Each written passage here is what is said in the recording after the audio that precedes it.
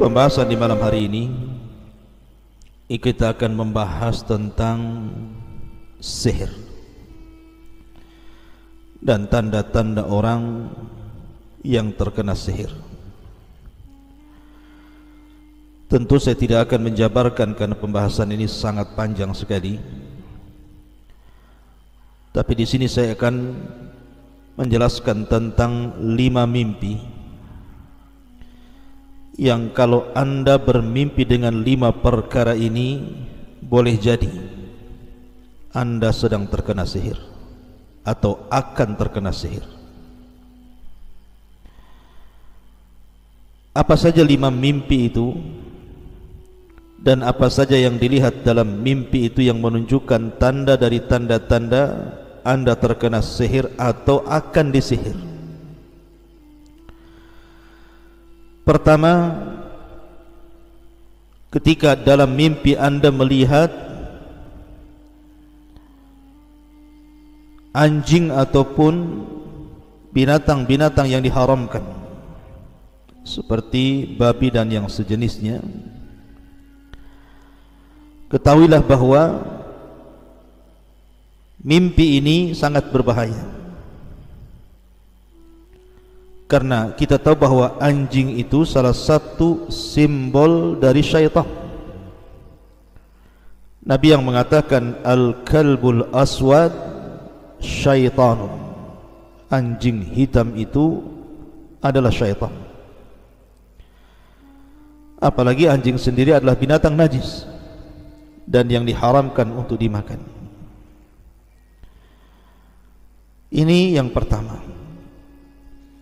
Yang kedua,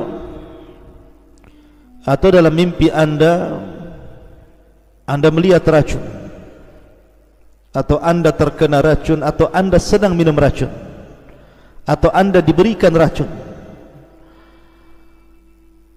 maka ini pun mimpi yang harus diwaspadai. Karena Nabi SAW bersabda dalam sebuah hadis, kata Nabi SAW, man akala sab'a tamarat, barang siapa yang memakan 7 butir kurma, min ajwatil madinati, dari kurma-kurma ajwa, kurma kota Madinah, maka Rasul mengatakan lam yadurru sihrun wala sammun, maka tidak akan membatalkan bagi dia sihir ataupun racun. Di sini Rasulullah SAW menggandengkan antara sihir dengan racun,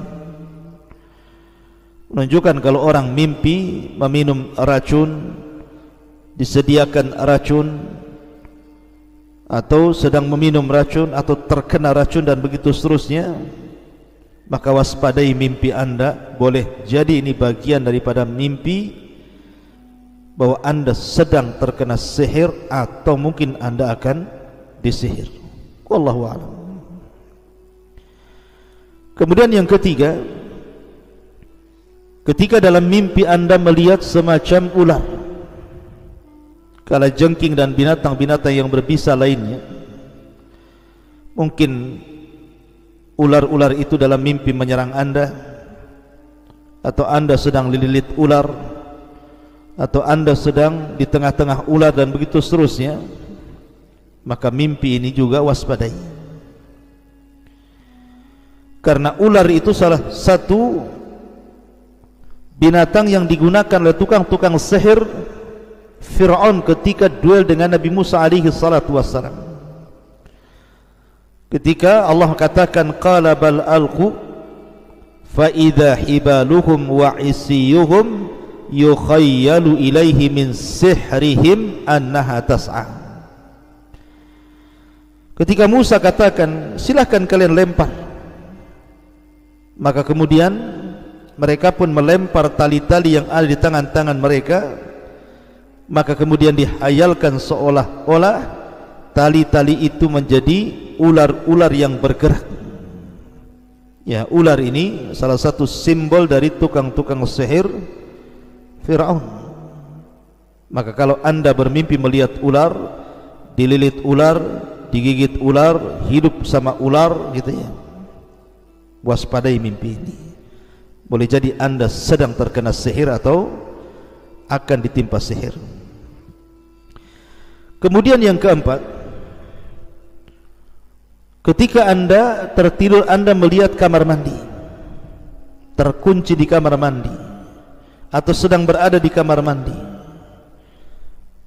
maka ingat bahwa Nabi SAW bersabda tentang masalah khala kamar mandi itu.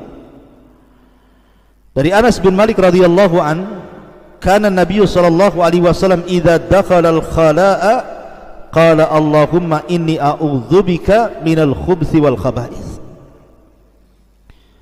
Kebiasaan Nabi SAW apabila masuk kamar mandi, maka Nabi SAW berdoa, ya Allah, aku berlindung kepadamu dari syaitan laki-laki dan syaitan perempuan. Ya, karena kamar mandi itu dan yang semacamnya, baik yang ada WC atau yang tidak, adalah tempat dari sarang-sarang syaitan. Maka kalau anda kemudian bermimpi melihat kamar mandi, terkurung di kamar mandi dan begitu seterusnya, hati-hati, waspadai mimpi anda ini.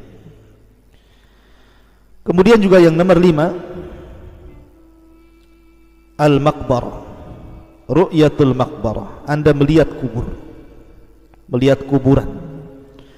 Mungkin dalam mimpinya anda berada di tengah-tengah kuburan, atau dalam mimpi anda sedang berjalan-jalan di kuburan dan menyeramkan.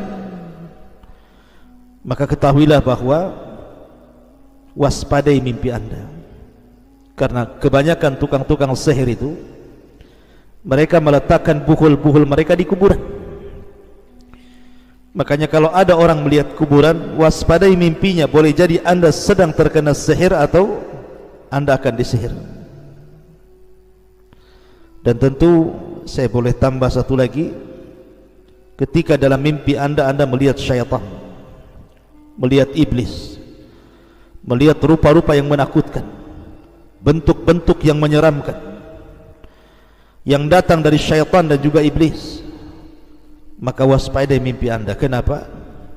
Karena segala asas dunia perdukunan, sihir atau yang semacamnya, yang mengasasnya adalah iblis dan syaitan. Dari sini ikhwatul fillah muliakan Allah Azza wa Jalla, makanya Nabi SAW menyuruh kita untuk banyak-banyak berzikir sebelum tidur itu, berwudu, kemudian berdoa, sebagaimana Nabi SAW dikatakan oleh sahabat Bara bin Azib radhiyallahu anhuma, kata Nabi SAW, idza awaita ila firashika fatawadda wudu'aka lis-salati thumma taji' ala shikkil ayman, thumma qala Allahumma aslamtu nafsi ilayka wa fawwadtu amri ilayka wa aljahtu dhahri ilayka raghbatan wa rahbatan ilayka la malja wa la manja minka illa ilaika, amantu bi kitabika alladhi unzil wa bi nabiyyika alladhi ursil, fa imitta mitta ala alfitra faj'al kunna akhira ma takun.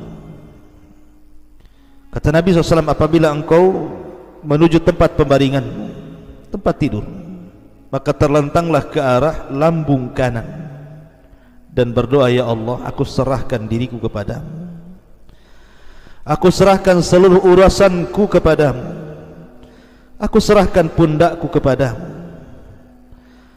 Tidak ada tempat lari dan tidak ada tempat selamat kecuali kepadamu. Aku hanya beriman dengan kitab yang kau turunkan dan Rasul yang kau utus.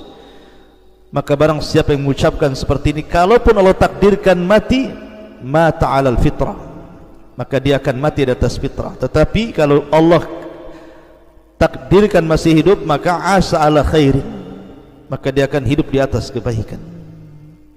Makanya juga disunnahkan membaca qul a'udzu birabbil falaq, qul a'udzu birabbin nas, qul huwallahu ahad, kemudian diusapkan dari ujung kepala sampai kaki supaya tidak ada gangguan dari syaitan. Karena bagaimanapun sihir ini bukan perkara biasa, tapi perkara yang menakutkan. Berapa banyak orang sehat jadi sakit, bahkan mengalami kematian. Berapa banyak orang yang kemudian yang tadinya bersahabat jadi bertengkar. Berapa banyak suami istri akhirnya bercerai. Berapa banyak orang bermusuhan dan bertumpahan darah dan begitu seterusnya. Ini akibat pengaruh sihir. Makanya kita berdoa kepada Allah Subhanahu wa taala agar Allah Subhanahu wa taala jauhkan kita dari segala jenis sihir yang dikirimkan oleh tukang-tukang sihir yang jahat. Subhanakallah bihamdika asyhadu an la ilaha illa anta astaghfiruka wa atubu ilaik.